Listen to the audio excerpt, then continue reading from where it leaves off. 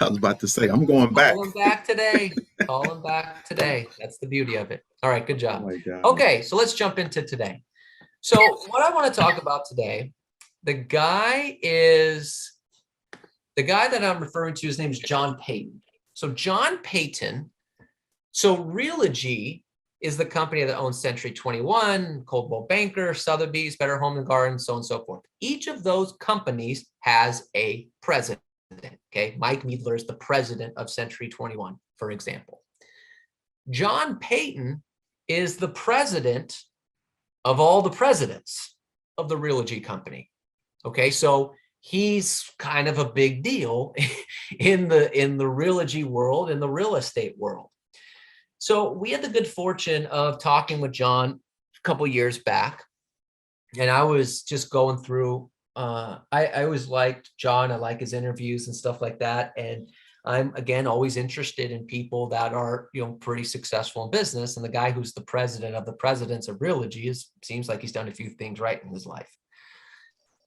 So I was reviewing his notes and I was reviewing the interview, and he had said there are 7 things that separate the great real estate agents from the rest of the world. There's 7 things that separate the great real estate agents from the rest of the world. And he highlighted what those 7 things are. And so what I want to go through today is those 7 things and then some points below each of those 7 as to a little bit more detail on that. So get your pen, get your paper, whatever you're writing with, you're typing with, and let's go ahead and get started here. So the first point, and he didn't say if these were written in any specific order. So I'm just going to go in the order that he said them. I don't know if there's a specific reason for that. But let's just do it that way. The first point that he said is hard work. Hard work. Right?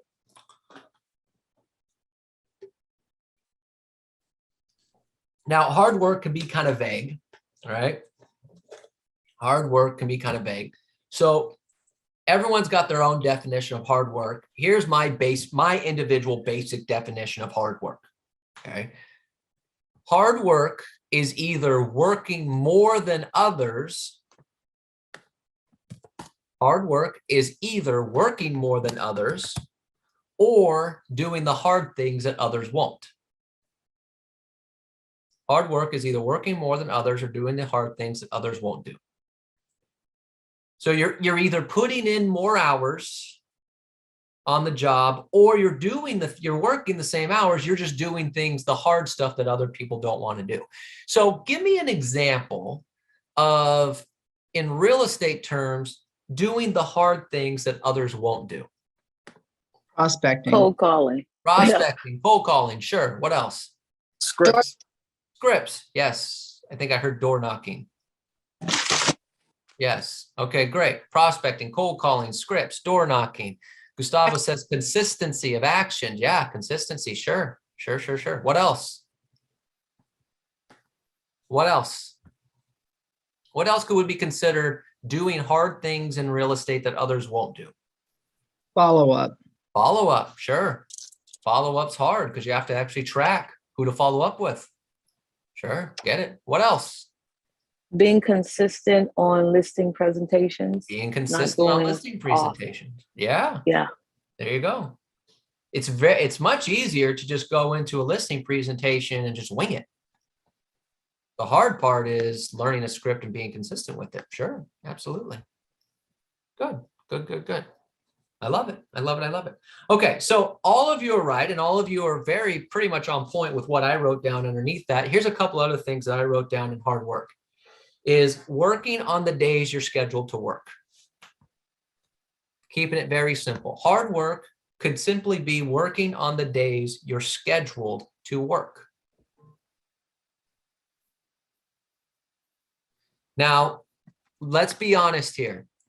Do you always work on the days you're scheduled to work? No. No. Let's be honest. Okay. You may show up.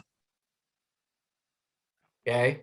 But as we talk about all the time, have you ever had a day when you're physically present, but not mentally present? You know, just me. No, I had that Saturday. I just make sure now the good news for you, I make sure that those days I never have training classes. So, it might be a Tuesday maybe that, is one of those days where I'm here, but not really here. Never when I have a class, get excited for those. But we're all guilty of it. But hard work is simply working on the days that you're scheduled to work, because in real estate, do most real estate agents work on the days that they're scheduled to work? Like, do they really work? Most real estate agents? No. It's impossible to work on the days you're supposed to work and not close a deal all year. And yet 50% of real estate agents manage to do that. Okay. Now, I'm not saying now some people are on teams, some people are, have other things going on. So that's not, I'm not trying to make anybody feel bad. I'm just saying that if you're really committed to a full-time job of real estate and you have nothing else going on in your life and you work all the days you're scheduled to work, you're going to close a deal. Okay. Work the days you're scheduled to work. I wrote down here, you all mentioned it was prospecting, but I mentioned massive prospecting. Now, massive prospecting, I'm not talking about 50 contacts a day, but hard work could be working more than others are. There's a lot of real estate agents that stay in touch with their database, a couple people a day. Do most real estate agents call 15 or 20 people a day? Do most real estate agents talk to 15 or 20 people a day? No. Probably not. No. It's hard to get people in our company to do it, and you have people like Neil and I drilling you on it every day. Imagine if you didn't work for our company. No. So hard work can just be simply massive prospecting, 15 to 20 people a day. That could be considered hard work. Here's another one I wrote down, hard work. Asking for business. Asking for business. Calling a friend of yours and asking them if they know someone who's looking to buy or sell. That's hard work. Why would I write that down as hard work? Why do some people think that's hard work? Embarrassed to ask their friends. Yep. Okay. Right. Right. They're embarrassed to ask their friends. They think they're begging for business. Right. They don't want to be that person. Okay. So asking for business can be hard work, but that's doing the hard things that others won't do. This is what creates successful agents. You have to ask for the business. How about this? Asking them to sign the contract. Why is asking them to sign the contract hard work for some people? Come on. Why is asking for them to sign the contract hard work for some people? Like that's the easy part. Rejection. Rejection. Yeah. Afraid of rejection. Gustavo says afraid of success. Yeah, absolutely. Creates an uncomfortable moment for some people. So when they ask for the contract signed, they go, and so, if you're ready and you want to, look, there's no obligation, obviously it's up to you. There's no time frame, but if you're ready for it, I'm more than happy to help you, but no pressure, because they don't want to seem, I want you to write this down. It's hard Pushy. work. Yeah. They don't want to seem salesy. Asking for the contract is salesy. I am not trying to be salesy.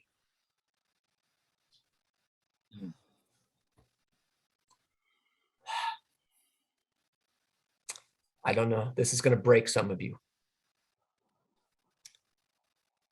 You are in sales. Asking someone to sign the contract is part of the sales process in anything. Okay. Asking them to sign the contract is hard work because we don't want to sound pushy. We're afraid of rejection. But this is what separates the great agents. I wrote down here, someone mentioned scripts, memorizing scripts. That's hard work. Here's the other thing I wrote down, hard work, learning personality styles. Learning personality styles is hard work because it's tough to learn. They're easy to talk about, but they're hard to learn, okay? It's hard to pick up personality styles, but That's what separates the great agents. Okay. So hard work is point number one. Point number two is discipline. Discipline. So again, for those of you just joining, we're going over John Peyton, who's the president of all the presidents of the Realogy Company. He went over his 7 rules for success in real estate. First one was hard work. Number 2 is discipline. So what could be considered under discipline as a real estate agent? What are some actions or some things that would be discipline as a real estate agent? Help me. Follow the schedule. Schedule. Following a schedule. Discipline, right? Real estate, discipline, create a schedule, follow a schedule, right? What else? Prospect daily. Prospect daily, consistency again. That's a discipline. Absolutely, 100%. What else? What else? Come on. That's it? Schedule and discipline? Ego. Ego. Ego. Gustavo says, ask for the business, be intentional. Yes. Yes, yes, yes. Sam, I agree with you 100%. I wrote down there, remove the ego. Discipline requires you to remove your ego. 100%. Mindset. Mindset. Man, mindset's part of discipline. 100%. Yep. How about this? Create a business plan and follow a business plan is discipline. Zig Ziglar, how can a man hit a target he cannot see? How can you hit a target you do not have? Discipline is creating a business plan and then following a business plan. I don't want anybody to answer this question because I'm afraid of what the answer may be. How many of you have not looked at your business plan since January 1st? Don't answer. Okay. Some of you probably look at it every day. Others of you, maybe not so much. But discipline is creating a business plan and following a business plan, making sure that you're on track with the goals that you're looking to accomplish. That's daily discipline, following a schedule, create a schedule. Create a schedule and follow a schedule daily. I wrote down here under discipline is eliminate distractions. Discipline requires you to eliminate distractions. Now, who are the people that distract you the most? Family. Someone say family? Myself. Yeah, yourself. Like, Gustavo yeah. says self. Tanya says self. I agree. Okay. So I wrote down here 2 things. I heard family. So family, here's what I want you to write down. Eliminate distractions on family. Your family is distracting you because they don't think you have a real job. So you need to have a sit-down conversation with them and explain to them that you have a real job. And that if they don't distract you and they allow you to do what you're supposed to do on a daily basis, this is how it will benefit them. That's why they distract you. He's a real estate agent. She's a real estate agent. They don't have a set schedule. If I call them at 10:30 in the morning, I expect them to pick up and talk about what's going on with the kids' homework and this and that, or, who's going to pick up the dry cleaning today, because they think you can do it. You got to have a sit down conversation with them. Now, a lot of people said yourself, right? So I want you to write down these 2 words, creative avoidance. Creative avoidance. Creative avoidance is essentially, we will think of anything and any reason to get us away from the things that we are supposed to do, which, remember in point 1, hard work, creative avoidance is to just try to get us to not do that. Well, I can't prospect, Robert. I got to answer these emails. I mean, got to see what's going on. I can't prospect, trying to figure out this whole CMA thing. I can't prospect. I got to call the dialer company. I can't go preview property today. I mean, it's gas prices are like $6 a gallon. I can't go preview. I got to deal with this social media thing. I got to put out fires, which is my all-time favorite. I got to put out fires. Like a real fire? No. It's amazing how many firefighters are in real estate.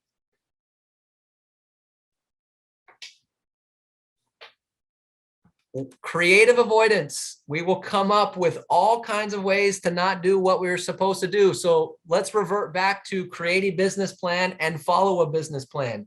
If you have a business plan and that excites you and you follow said business plan that excites you, you will eliminate creative avoidance. If you are avoiding the work, your business plan does not excite you. So go rewrite your goals, which is common. Sometimes your goals change, or sometimes you think it's a goal because it's, well, yeah, you know, everybody wants a bigger house. Maybe that's not really your goal. Discipline. Good stuff. Okay, number 3, do what works. Do what works. Okay. So number 1 was hard work. Number 2 was discipline. Number 3, do what works. So what's something you could do to find out what works? Info sparks. Info sparks. Yeah, sure. Know the market stats, right? Know the trends. What else could you do to find out what works in your business? Track your numbers. Track your numbers. Hey, all right. What else could you do? What else could you do? Take a look at where you're getting most of your business from. Take a look at where you get most of your business from. 100%. So I wrote down here that all 3, 100%. Track your numbers. Track your numbers. If you want to know what works, track your numbers. Okay. Now, let me give you an example of tracking your numbers and figuring out what works. You track your numbers and you find out that your listing closing ratio is 20%, meaning 20% of the listing presentations you go on, you get a signature. If I see that 20% of your listing presentations, you're getting a signature, what's the first thing I'm going to say is the reason it's so low? Anybody want to take a shot at that? What's the first thing I'm going to go after? We're not pre-qualifying though. That's the answer, the pre-qual. So you want to, and so in terms of do what works, if you track your numbers and you see that your listing and closing ratio is 20%, I'm going after the pre-qual. Now, I'm going after the pre-qual for a couple of reasons. Number 1 is the more you know about somebody, the better chance you have at getting the listing. That's number 1. But number 2, you might be going on listing presentations that are not real listing presentations. And had you pre-qualified, you would have known that. So your numbers are at 20%, but it's only because of the people that you went on, only 25% were actual sellers.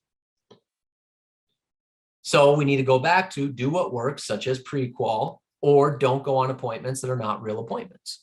Okay, so that could be that. Track your numbers. You could also track your numbers because if you can see how many hours you're prospecting and the numbers per lead or the numbers per appointment is going up, then whatever script you're doing is not working. So we need to reevaluate. Source your business was another one. Source your business. Now I want you to write this down. This is important. What works for somebody else doesn't mean it has to work for you. What works for somebody else doesn't mean it has to work for you. So let me give you an example. Well, Robert, I mean, I do what works. I go after expireds. That's what works. Okay. How many have you closed? 0. It doesn't work for you. I'm not saying that in a negative fashion. It doesn't work for most people in our marketplace. But we hear people that say, well, I go after expireds. So it's like, well, it works for them. It must work for me. That's not necessarily true. Well, you know, I've been to, 500 Mike Ferry events and they always talk about for sale by owner. So I got to go after every for sale by owner. That's what works, right? Does it work for you? No. Then okay. Well, I don't know. Just listed, just sold doesn't seem that great. Does it work for you? Yeah, get business from it and do it. Just because somebody else does expires, just because someone else does for sale by owners, just because someone else doesn't do that, doesn't mean it doesn't work for you. Okay, we have a number of agents in our company. Actually, the two highest producing teams in the company last year were Melinda and Mark and I. We had a lot of fun with that. Combined, now one closed 1.8, the other one made 1.8 million, the other one made 1.6, so they did okay. Combined, closed no expired listings. They don't even call. They've realized that the highest and best use of their time for themselves is database, and then database again, just listed, just solds, and investors. So that's what they harp on. Now we have other agents. You know, you look at someone like Marilyn. Marilyn, I think, closed, I don't know, 8 or 9 expired listings last year. Everybody's different. You do what works for you. So you have to be honest with yourself about what works for you and then do what works. Okay. Which brings to point number 4, which is kind of a carry on point number 3. Drop what doesn't. Drop what doesn't. So there's a word. It starts with the letter D that everybody needs to do more of. Does anybody want to guess what that word is? When I refer drop what's not working for you, there's a word that starts with the letter D that people need to do more of it. Anybody want to take a guess? Delegate. There it is. Bingo. First try right out of the gate. Woohoo. Way to go, Maria. Yeah. Write this down. If it's not an income generating activity, delegate it. If it's not an income generating activity, delegate it. So when I think of drop what doesn't work is real estate agents doing admin work, processing paperwork, doing TC work. That doesn't work. That's not efficient. If it's not an income generating activity, delegate it. Hey, Robert, so you want us to grind? I want you to grind, baby. I see. You got to do it. I tell you, if I knew a better way, I would tell you. Because I have to grind with recruiting. Okay. So I'm making prospecting calls just the way you are. Okay. I go on appointments just the same way everyone else does. And I wish there was an easier way. Trust me, we've thought about it every angle we could. Maybe we could get leads this way and that way. We try, man. It doesn't work. Right? You got to grind, baby. If it's not an income generating activity, delegate it. Get out of the paperwork business. Okay. Learn your scripts, preview property, prospect, follow up, go on appointments, negotiate contracts. Let the TCs do their work. Let the escrow do their work. Let the title do their work. Get out of it. Okay. I also want to go back up to drop what doesn't. Very similar to do what works is you have to track your numbers and track your sources. Stop doing things that aren't working for you. Okay. Be honest with yourself. I also wrote down here, drop what doesn't. Run a profit and loss statement. Run a profit and loss statement. And you have to be, and the reason you have to run a profit and loss statement is because you might be looking at a source that, is closing a deal, but you're not looking at how much money it's costing you to do it. So let me give you an example. Well, I did close a deal last year off of the postcards that I sent. Okay. Well, what did you make off of that deal? Well, after, my commission split and stuff like that, I made $8,000. Okay, great. Well, cool. How much did you spend on postcards? Well, I spent about $1,000 a month. Okay, so you spent $12,000 in postcards and you got $8,000 in return. For those of you that didn't, aren't really good business people, that's not good business. So, but sometimes we think in terms of profit is like, well, I got $8,000 off of these postcards. Well, but sometimes you have to look at the cost of these things. You know, I'm running ads, I'm doing things like that. You know, you have to look at the business side of things. So run a profit and loss to figure out if you need to drop anything. Okay. Drop what doesn't. What little things are you paying for that you're not using? So let me give you an example. You know, we just did this with an agent who changed their CRM because, like so many other people, well, I want a CRM that does everything and it's got every gadget and every tool and this and that. And despite my best efforts to tell you that you will never use all the things that these things you have, this agent did it and they were spending $500 a month on the CRM. Fast forward 6 months, they've now spent $3,000 on the CRM. And I said, hey, let me ask you, how many of the tools have you used in the CRM? None. Great. Get out of it. So they just got out of their CRM to go to something that does all the stuff with the scheduling and notes and stuff like that. Okay. So it's sometimes the expenses. Drop what does not working could be an expense. Okay. This is just what the great people do. But you got to delegate some things here.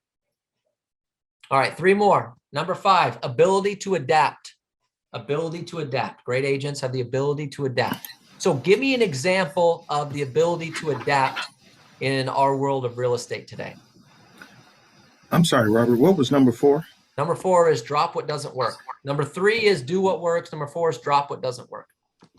So very similar points. Hey, Robert, but Yes. that doesn't mean that we have to drop ourselves, right? No. No. Zoom meetings. Zoom meetings. Yeah. Technology, Zoom, Microsoft Teams, Google Hangouts, being able to do meetings like this with your clients could be far more efficient for your business if you can do some things like this. If you can do some more meetings, you know, get more FaceTime with people. Yeah, great. What else? What else is an ability to adapt in today's world? I wrote down 2 more. One of them I talked about earlier, and another one we talk about all the time. But what do you think? What's another ability to adapt? Scripts? Scripts? Any particular script? There's one script in general that I specifically wrote down. Adapting to today's real estate market. Changing market script. Oh, that's a good one. Actually, I didn't write that one down, but yes, that is a great one. Thank you. Yeah, the changing market script is another one. Yeah, because the market's changing, so adapt that. There's an objection handler specifically.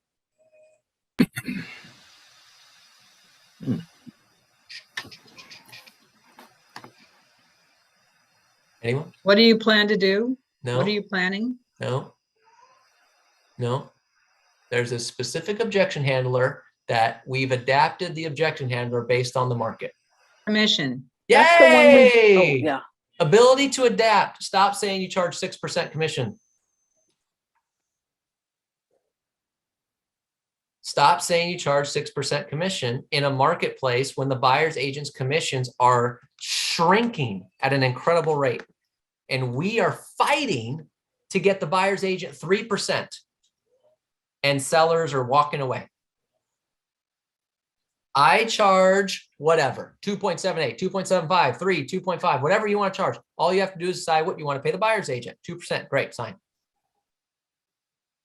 You have to adapt. No, I charge 6%. That's my standard. Okay, great. Lose listings. It's up to you. That's fine. You're going to get some at 6%, but you're going to lose some. Get yours. Get yours. I also wrote down here, just like I talked earlier, the ability to adapt. There are less people raising their hands saying, I'm looking to sell. We have to get better at asking questions. We have to dig deeper. This is where the great agents make their money, is they're asking more questions. They're digging deeper. Other agents are just still stuck in the times of, well, you know, they'll call me when they're ready. That's just not happening. You have to ask questions, be a deal maker. Ability to adapt. Okay. I wrote down, get familiar with technology, but don't let technology run your life. You have to adapt. You have to be comfortable with it, but don't let it run your life. Don't spend too much time on it where it's going crazy. All right, number 6, surround yourself with positive people. Surround yourself with positive people.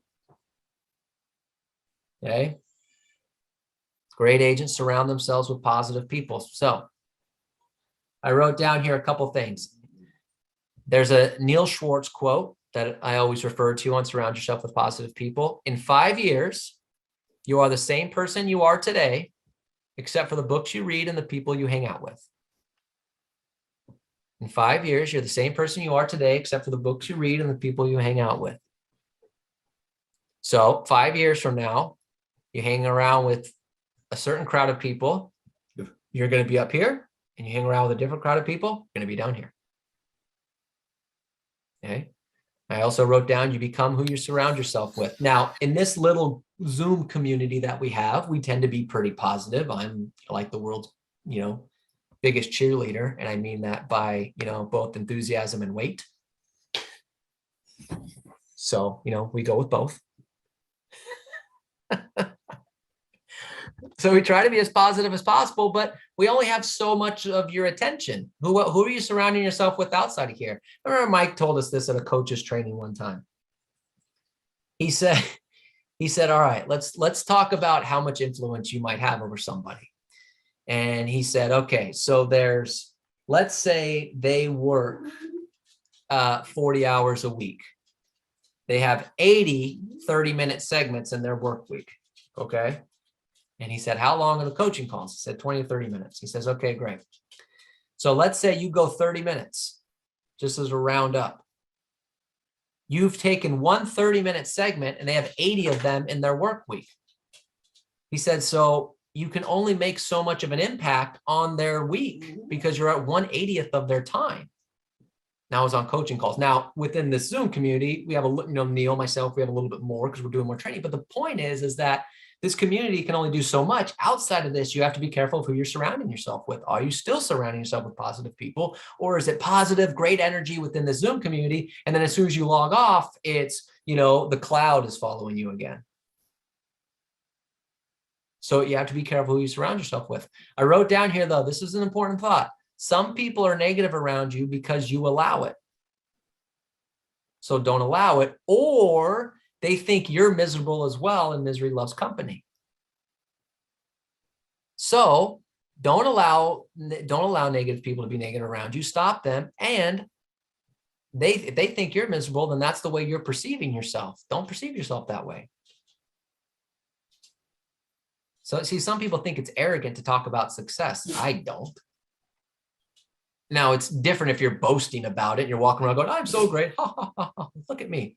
But if you're just simply happy of your success and people say, hey, Robert, how's work going? Oh, it's actually going fantastic. I took 3 listings this week. I've got 2 deals in escrow. I'm on pace to have the biggest year of my life. It's fantastic. All I did was answer your question honestly. It's not boasting. And if they think it's boasting, then you don't want to be around those people.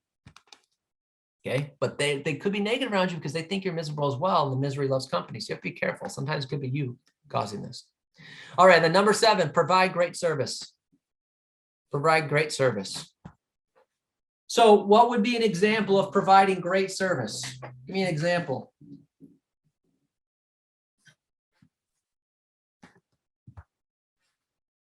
Be a good This is communicator. concerning. Be a good communicator. Be a great communicator. Give me an example of great service. Nobody responds. My coach's hat just exploded. Call them before they call you. Be a great communicator. Call them before they call you. Sure. Yeah, that's a great one. I really like that one. Good. What else? What would be an example of great service? What would be an example of great service? Come on. Come on. We're almost done here. 2 minutes. Anticipation. Anticipate their needs. Anticipate their needs. Sure.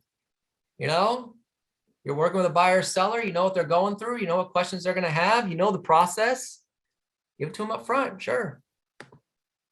I wrote down here, this is one of my favorite Mike Ferry lines. There's a direct correlation between the level of service we provide and the amount of income we receive. I'll read that again. There is a direct correlation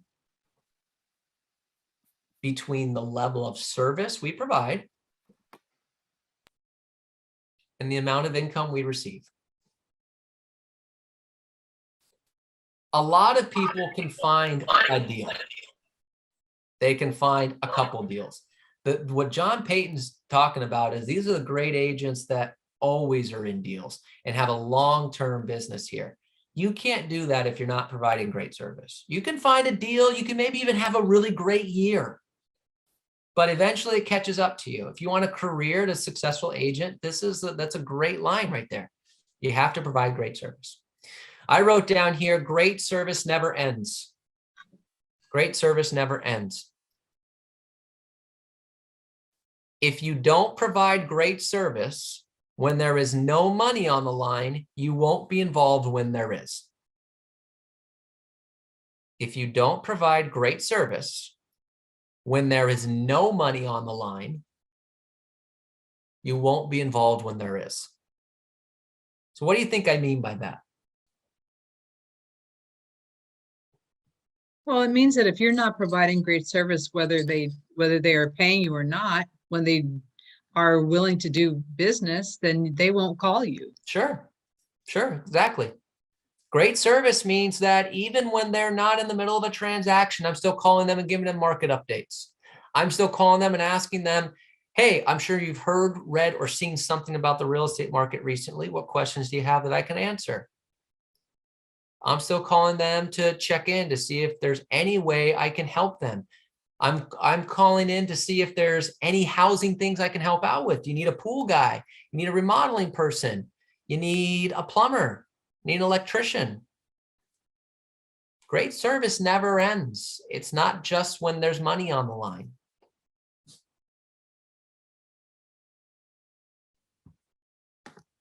So we're right up at 1 o'clock here. But again, just to recap here, John Peyton, the president of all the presidents of Realogy, guy who knows a few things, said the 7 things that separate the great real estate agents from the rest. He said it's the cliches: hard work, discipline, do what works, drop what doesn't, ability to adapt, surround yourself with positive people, provide great service.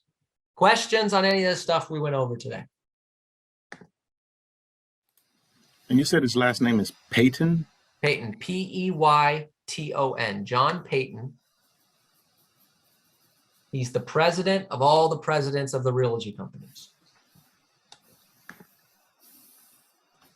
No